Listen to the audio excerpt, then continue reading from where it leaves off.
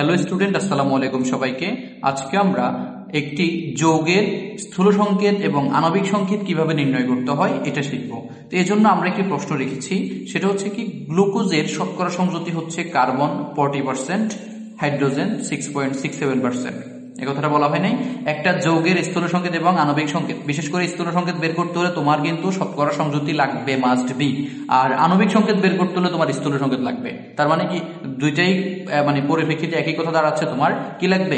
শতকরা সংযুতি লাগবে। তাহলে একটা যৌগের গ্লুকোজের গ্লুকোজের শতকরা সংযুতি দিয়ে দিল কি 40% এবং 6.67% দুইটা মৌল দিছে আমাদেরকে, এবং এর বলে দিছে যে এই যৌগে গ্লুকোজের মধ্যে কার্বন, হাইড্রোজেন ও অক্সিজেন মৌল বিদ্যমান, তিনটা মৌল বিদ্যমান। কিন্তু একটু খেয়াল করো, আমাদের কাছে শতকরা সংযুতি দিয়েছে মাত্র দুইটার, একটা হচ্ছে কার্বন আর একটা হচ্ছে কি হাইড্রোজেন। অক্সিজেন দেয় নাই, মিসিং কে? অক্সিজেন। এরকম যদি হয় তুমি কিন্তু অনেক সময় কিন্তু তোমাকে প্রশ্নের মধ্যে সবগুলা মৌলের শতকরা সংযুতি দিয়ে দিবে, তবে মাঝে মধ্যে এই কাজটা করবে যে দুইটা দিবে, একটা দিবে না, বা চারটা থাকলে তোমাকে তিনটা দিয়ে দিবে আর একটা মৌলের শতকরা সংযুতি দিবে না। ওইটা কেমনে বাইর করবে ওটা তুমি জানো, কিন্তু আমি একটু পরে বলতেছি।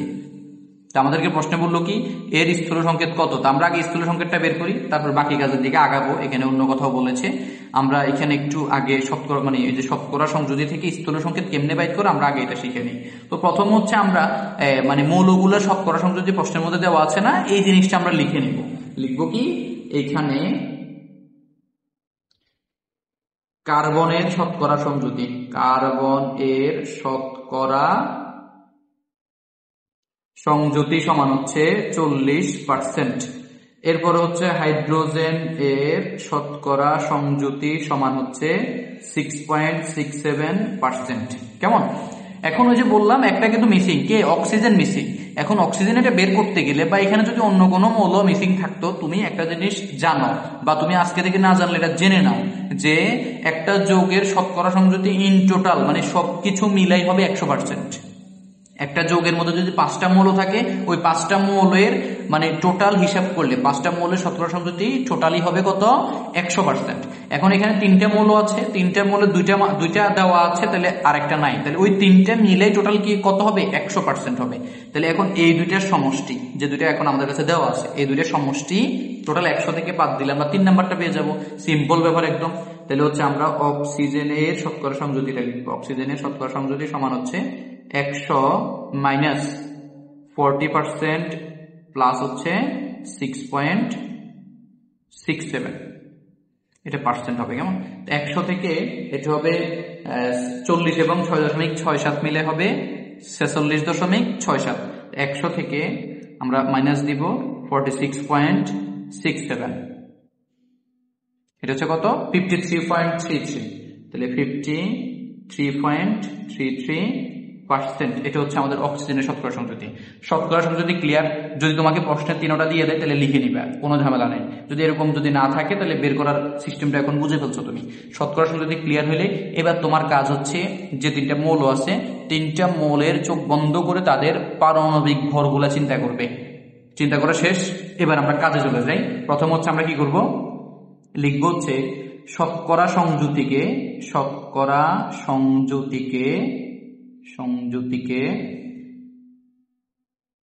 তাদের নিজ নিজ এই শতকরা সংযুতিকে তাদের নিজ নিজ পারমাণবিক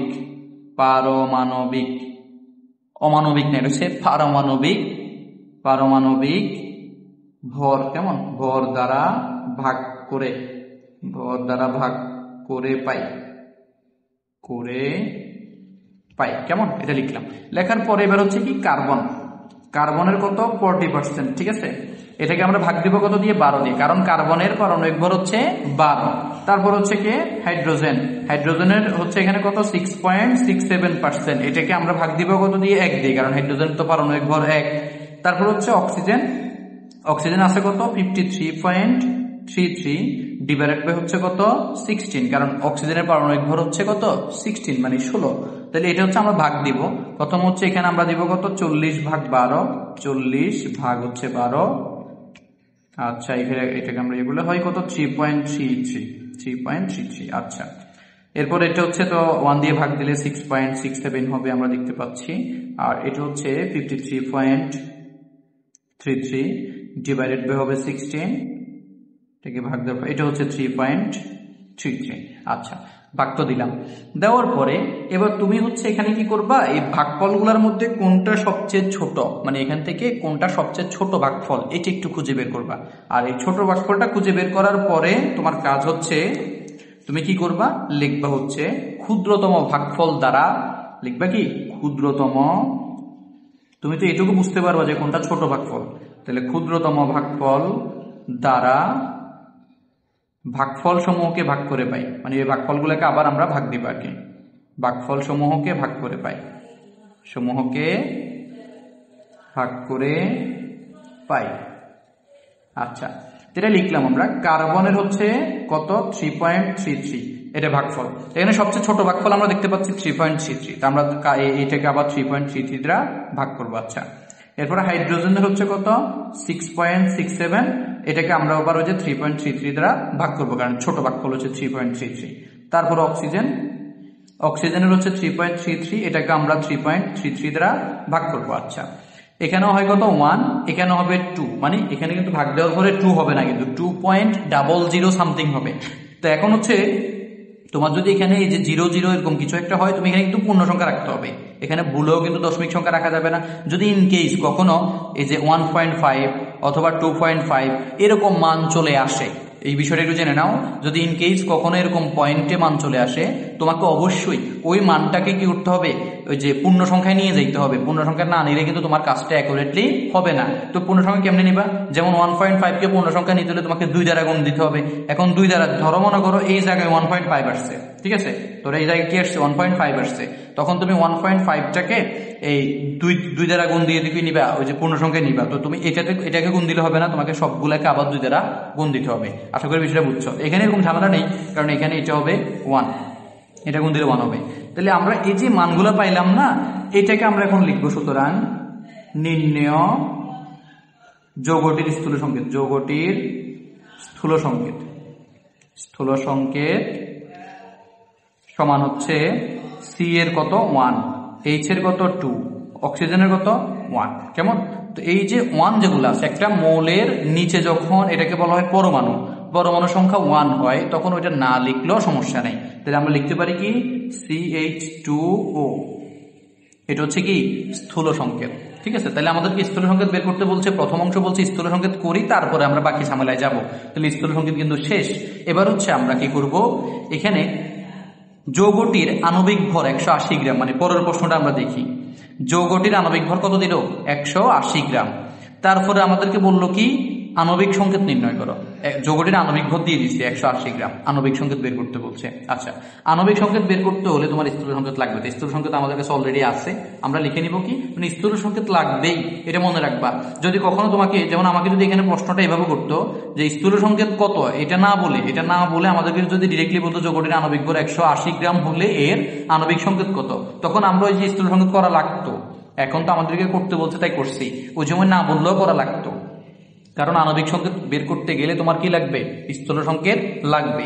তো এবার হচ্ছে আমরা জাস্ট লিখে নিব, সেটা হচ্ছে কি, ধরি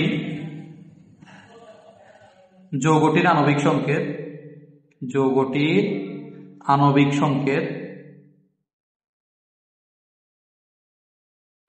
সমান হচ্ছে CH2ON। এটাকে এই জায়গায় একটা এন ধরবো আমরা, ঠিক আছে। এই এন এর মানটা কেমনে বের করবো, এই এন এর মান বের করার জন্য এখন আমাদের দুইটা জিনিস লাগবে। একটা হচ্ছে যৌগটির আণবিক ভর, আর একটা হচ্ছে যৌগটির স্থূল সংকেত আণবিক ভর। মানে আমরা স্থূল সংকেত একটা বের করছি না, এই স্থূল সংকেতের একটা কি আণবিক ভর আছে। তাহলে আমরা এখন লিখবো এই, এখন স্থূল সংকেতের আণবিক ভর, স্থূল সংকেত এর আণবিক ভর, আমরা স্থূল সংকেতের আণবিক ভরটা বের করব। এখানে হচ্ছে কত, কার্বন, এই যে CH2O না, কার্বন হচ্ছে 12 প্লাস হাইড্রোজেন হচ্ছে কত 1 গুণ 2, কেমন, আর অক্সিজেন হচ্ছে এখানে 16। আচ্ছা, এখানে হচ্ছে এই যে 2 একে 2, তাহলে আমরা একসাথে যোগ করে ফেলি, তাহলে হবে টোটাল 30 গ্রাম। এই যে 12 আর 2 হচ্ছে 14, 14 আর 16 30 গ্রাম, কেমন। এরপর আমাদের লাগবে কি, ওই যে যৌগটির আণবিক সংকেত। তাহলে যৌগের আণবিক সংকেত সরি আণবিক ভর, আণবিক সংকেত না, আণবিক ভর হবে কি, যৌগটির আণবিক ভর হবে ওই যে 180 গ্রাম প্রশ্নে দেওয়া আছে, ঠিক আছে? এই যে প্রশ্নে এখানে 180 গ্রাম দেওয়া আছে। অনেক সময় এই জিনিসটা আবার একটু মাথায় গেঁথে নাও, আর না হলে কোথাও লিখে নাও, নোট করে নাও।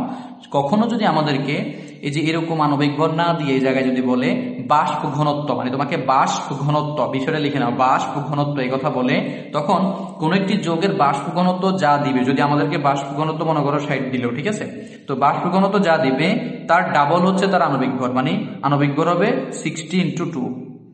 এটা একটু নোট করে নাও, যে যদি তো কখনো তোমাকে বাষ্প ঘনত্ব দেয় তখন তার আণবিক ভর হবে ওই বাষ্প ঘনত্বের দ্বিগুণ হবে, ঠিক আছে? আচ্ছা, এবার হচ্ছে আমরা এটা তো লিখলাম, লেখার পরে তুমি এখন লিখবা অর্থাৎ, এই যে অর্থাৎ দিয়ে n লিখবে।